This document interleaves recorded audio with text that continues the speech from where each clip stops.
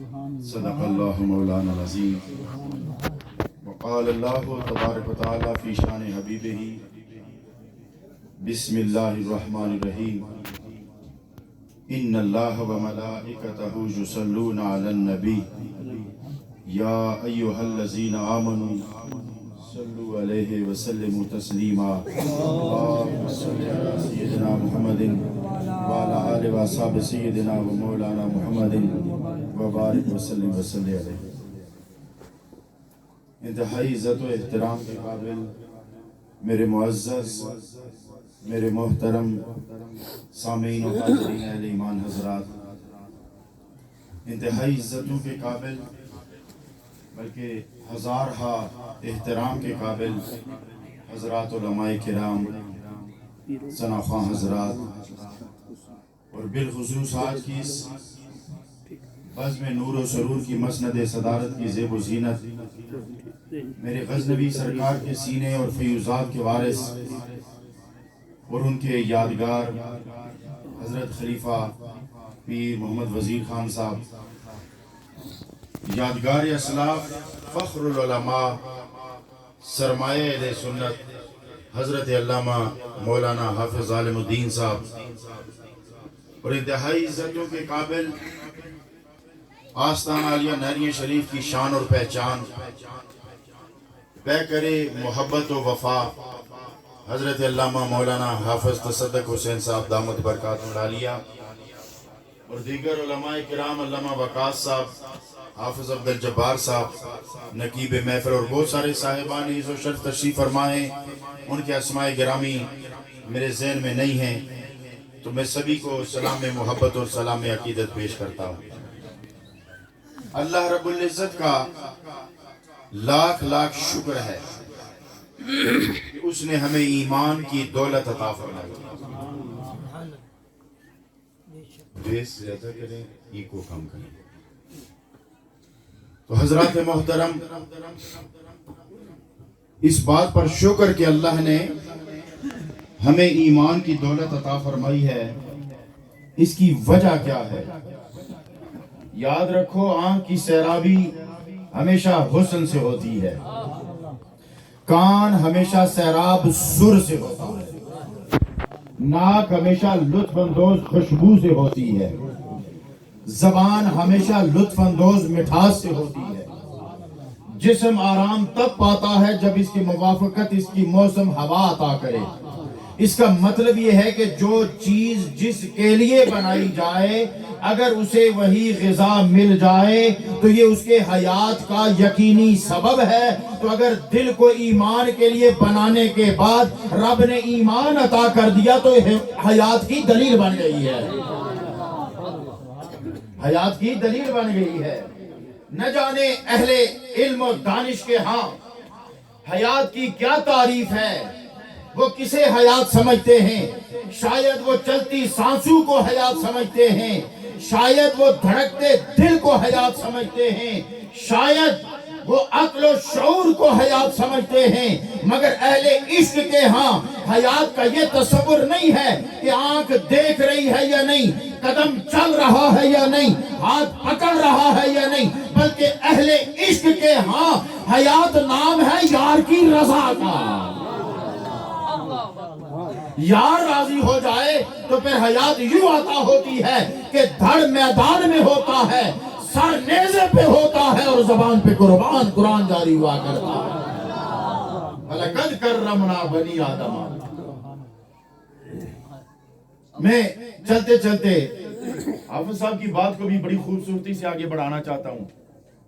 یہ اس میں یوں سمجھے کہ گفتگو میں ایک بریک ہے اور آپ کے لطف میں اضافہ کرنے کے لیے آپ نے بڑی خوبصورت بات کی کہ آج کل نقلی پیروں کو بھی بہت آ گئے ہیں، لیکن جب کسی نقلی پیر کی بات میں سنتا ہوں آپ حضرات حیران ہوں گے کہ مجھے دکھ بھی ہوتا ہے، خوشی بھی ہوتی ہے۔ دکھ اس لیے کہ نقل پر تو دکھ ہوتا ہے، آپ حیران ہوں گے بھائی خوشی کس بات کی ہوتی ہے؟ تو مجھے خوشی اس بات کی ہوتی ہے کہ آپ بڑے سیانے لوگ ہیں، مجھے یہ بتاؤ مارکیٹ میں کبھی 10,000 کا نقلی نوٹ دیکھا ہے؟ نہیں، کوئی نہیں۔ کیوں؟ جتنے سیانے لوگ ہیں نا یہ جال ساز، یہ 10,000 کا نقلی نوٹ نہیں بناتے اس لیے کہ انہیں پتا ہے کہ لوگ بے وقوف نہیں بنیں گے، یہ نوٹ لیں گے ہی نہیں، کیونکہ اس کی اصل نہیں ہے۔ جب اصل ہوتی ہے تو نقل آتی ہے، اس کا مطلب اصلی پیر ہیں تو نقلی آتے ہیں نا۔ نقل ہونا اصل کی دلیل ہوا کرتا ہے، یہ یاد رکھیں۔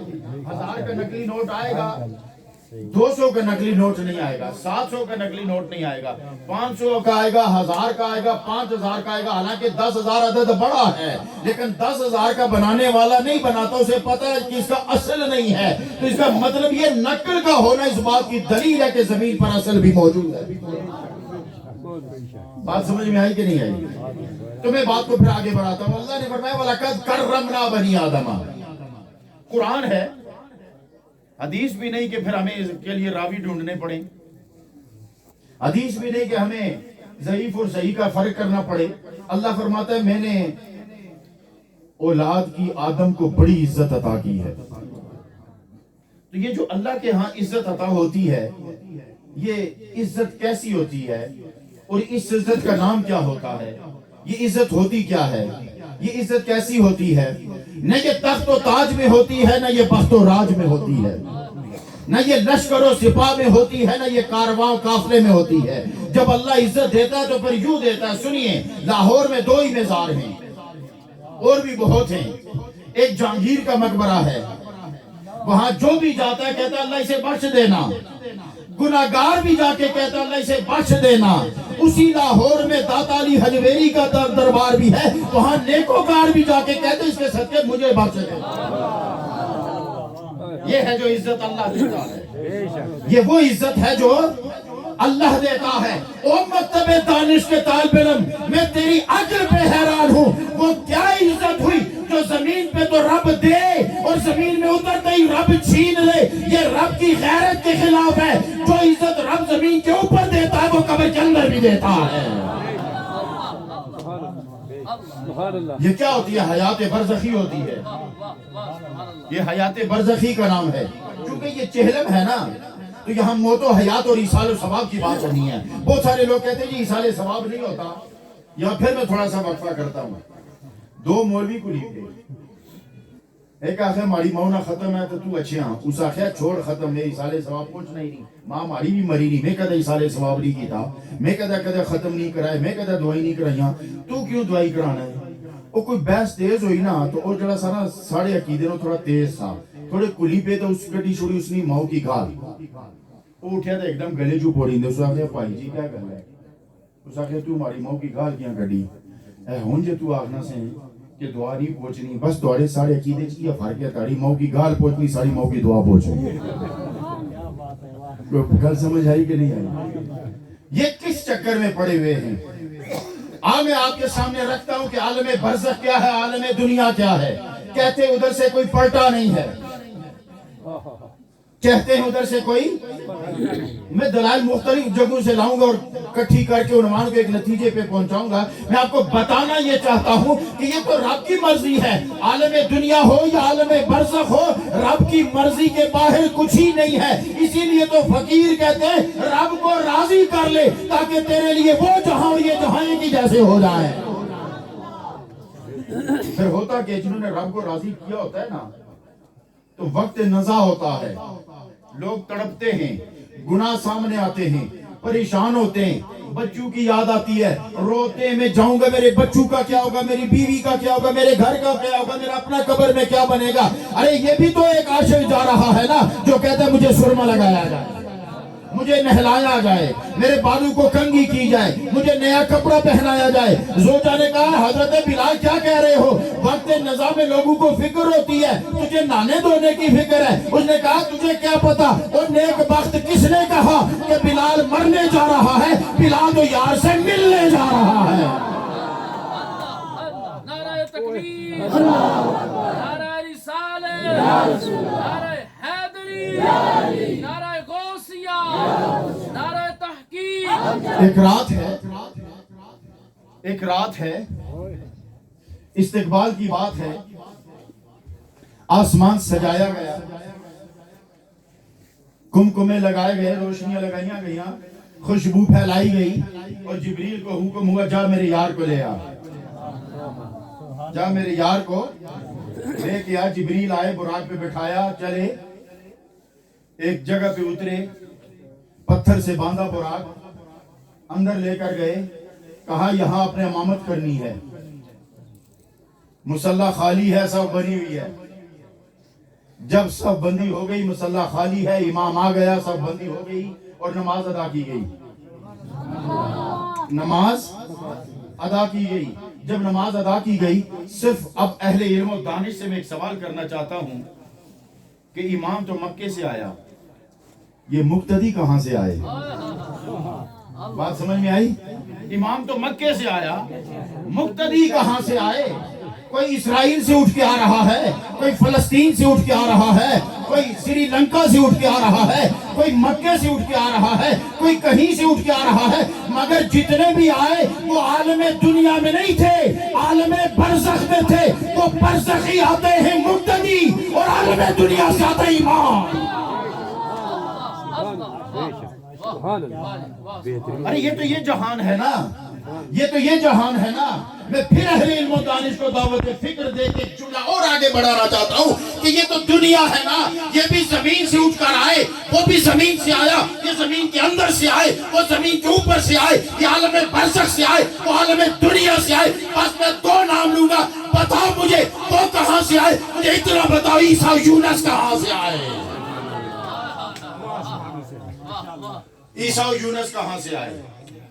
امامت مکے کا امام کرا رہا ہے، اقتداء کے لیے چوتھے آسمان سے عیسیٰ آ رہا ہے، قبر سے اٹھ کے موسیٰ آ رہا ہے، ہزاروں سال پہلے گیا ہوا ابراہیم آ رہا ہے، ہزاروں سال پہلے گیا ہوا نوح آ رہا ہے۔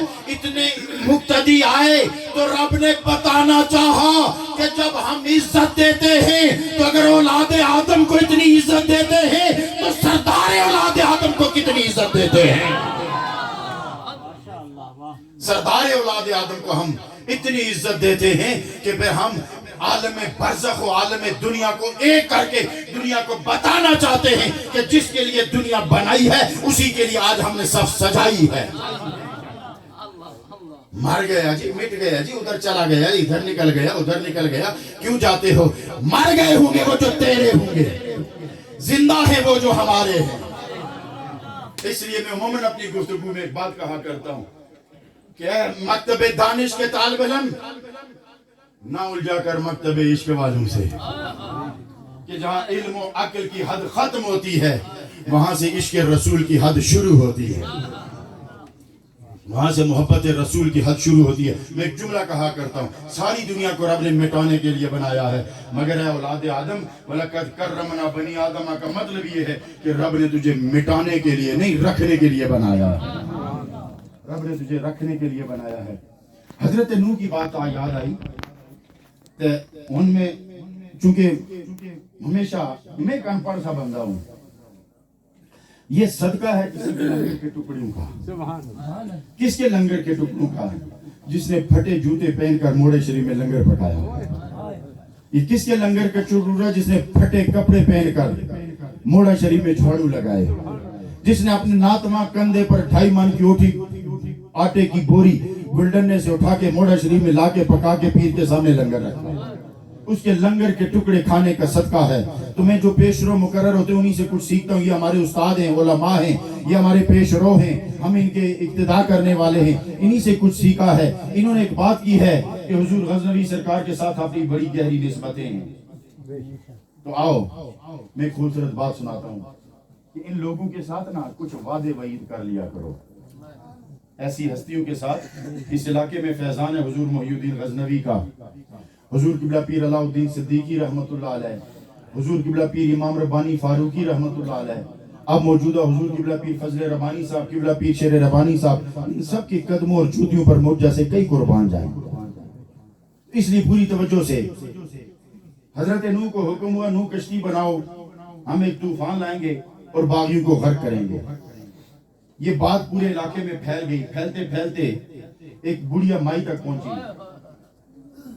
اور وہ آئی آ کے کہنے لگی سنا یا نبی اللہ کشتی بناتے اور جو آپ کی کشتی میں چڑھ جائے گا بچ جائے گا میں بھی گٹھڑی لے آؤں، میں بھی آپ کے ساتھ چلوں گی۔ اب نے کہا ٹھیک ہے، مائی بیٹھ گئی، اب وہ پھٹے تیار ہو رہے ہیں، کام جاری ہے۔ ایک دن آئی، وہ شام تک انتظار کرتی رہی، پھر چلی گئی، پھر آئی، پھر 4-5 دن گئی، اور روز پوچھے یا نبی اللہ کشتی کب بنے گی۔ ایک دن حضرت نوح نے کہا مائی تو اب اپنی جھونپڑی میں ہی رہ، تو روز آتی ہے پھر چلی جاتی ہے، اس میں بھی بڑا وقت لگے گا، جب کشتی بن گئی نا میں تجھے بلا لوں گا۔ کشتی بن گئی، تیار ہو گئی، طوفان امڑ آیا، کشتی چڑھ گئی اوپر۔ حضرت نوح علیہ السلام کو یاد ہی نہ رہا۔ جب طوفان بیٹھا، کچھ دن گزرے، ایک دن حضرت نوح کو خیال آیا کہ جا کے اپنی بستی تو دیکھوں کہ کیا حال ہے۔ پوری بستی میں گھومے تو آپ کو پتا ہے نا، آگ اگر جلے نا تو کچھ نہ کچھ بچ جاتا ہے۔ ایک بات یاد رکھو، پانی کے عذاب سے کوئی شے نہیں بچتی جو ہوا میں وہ سوائے اس کے۔ یہ کیڑوں کے بلوں میں بھی چلا جاتا ہے پانی، کیڑے بھی نہیں بچے ہوئے تھے۔ گھومتے گھماتے شام پڑ رہی ہے، شام کا وقت ہے، واپس لوٹ رہے ہیں تو کیا دیکھتے ہیں کہ ایک جھونپڑی میں چراغ جل رہا ہے۔ آپ بڑی تیزی سے وہاں گئے اور دیکھتے ہیں کہ وہ بڑھیا بیٹھی ہوئی ہے اور چراغ جل رہا ہے۔ جو ہی حضرت نوح پر نظر پڑی تو گٹھڑی تو اس نے باندھ کے رکھی ہوئی تھی، گٹھڑی کو ہاتھ ڈال اور اٹھ کے کھڑی ہوئی، یا نبی اللہ کشتی بن گئی، چلے؟ بات سمجھ میں آئی؟ کشتی بن گئی، چلے؟ حضرت نوح علیہ السلام نے کہا مائی تجھے کوئی پتہ نہیں کیا ہوا؟ اس نے کہا کوئی پتہ نہیں۔ اس نے کہا طوفان آیا تمہیں نہیں پتہ لگا؟ حضرت نوح علیہ السلام نے فرمایا، اس نے کہا نہیں حضرت، ایک دن آندھی چلی، تھوڑی سی بارش ہوئی، اس کے بعد کا مجھے کوئی پتہ نہیں ہے۔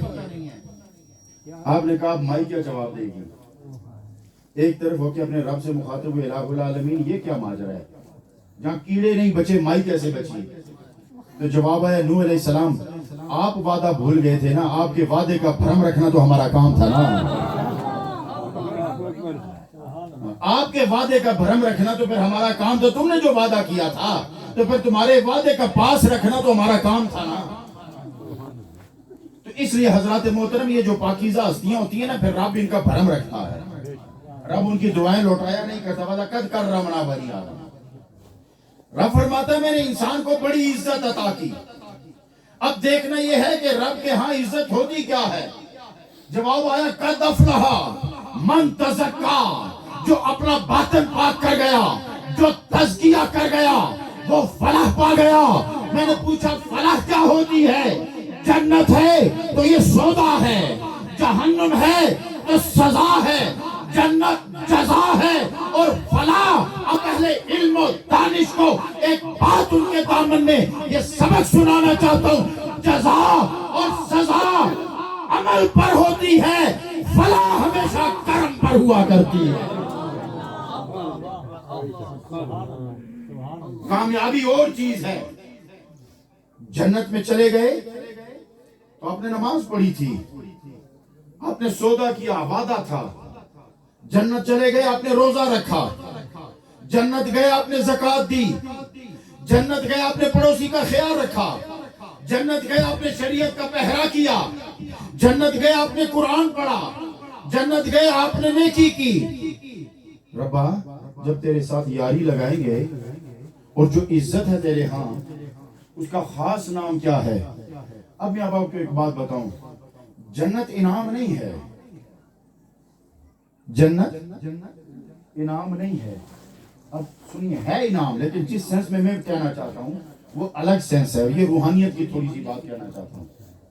جب وزیر اعظم کسی کو اپنا منسٹر چنتا ہے نا، تو منسٹرز کی ایک کالونی ہوتی ہے، اور بڑی توجہ سے اس بات کو سمجھنے کی کوشش کرنا، اسے منسٹرز کالونی کہتے ہیں۔ اس میں 30 40 50 گھر بنے ہوتے ہیں۔